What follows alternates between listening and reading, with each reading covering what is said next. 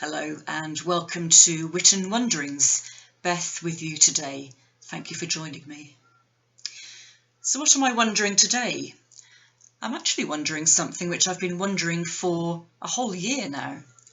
When are we going to be able to sing together again? Community choirs, musical theatre groups, singing in schools, singing in churches.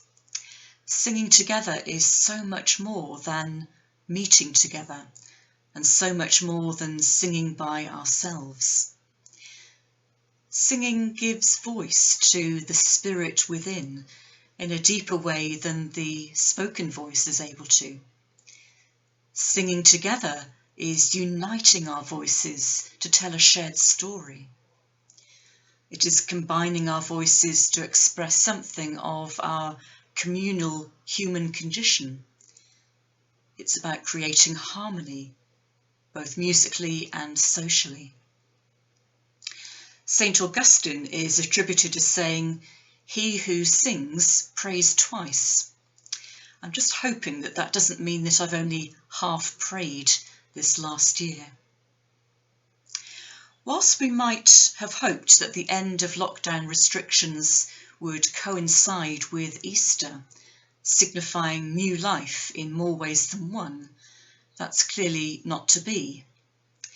But there is that sense in which events which mark new beginnings, new freedoms, new life, are party moments, time for a big sing, a joyful sing.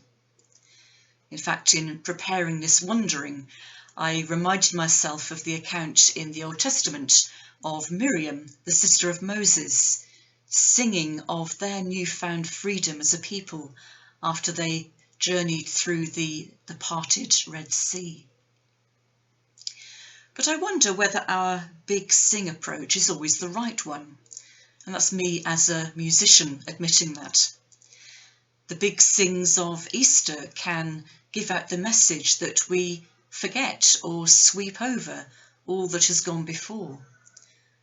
Whilst it's important to celebrate newfound freedom and hope, it's also important to recognise that we carry into the new something of the old, something of the pain of the journey. In grasping the new, we claim that the old no longer has power in our lives, but it nevertheless remains part of our story. Some cultures are very good at the idea of lament. I'm not convinced that that's a big part of our British psyche.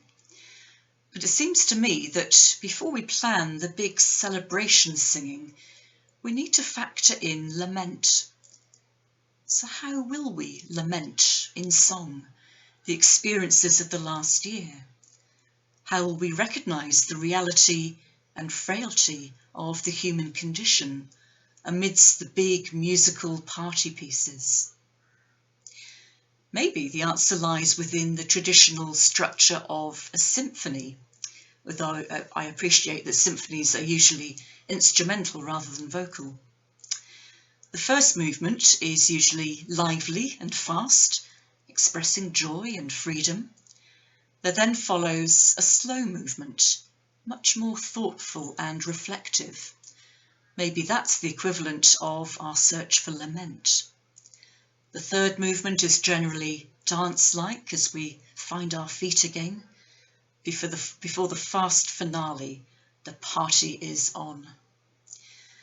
A single movement of the symphony cannot convey all of the ideas and emotions needed, nor can a single song convey all of our emotions, including lament and celebration.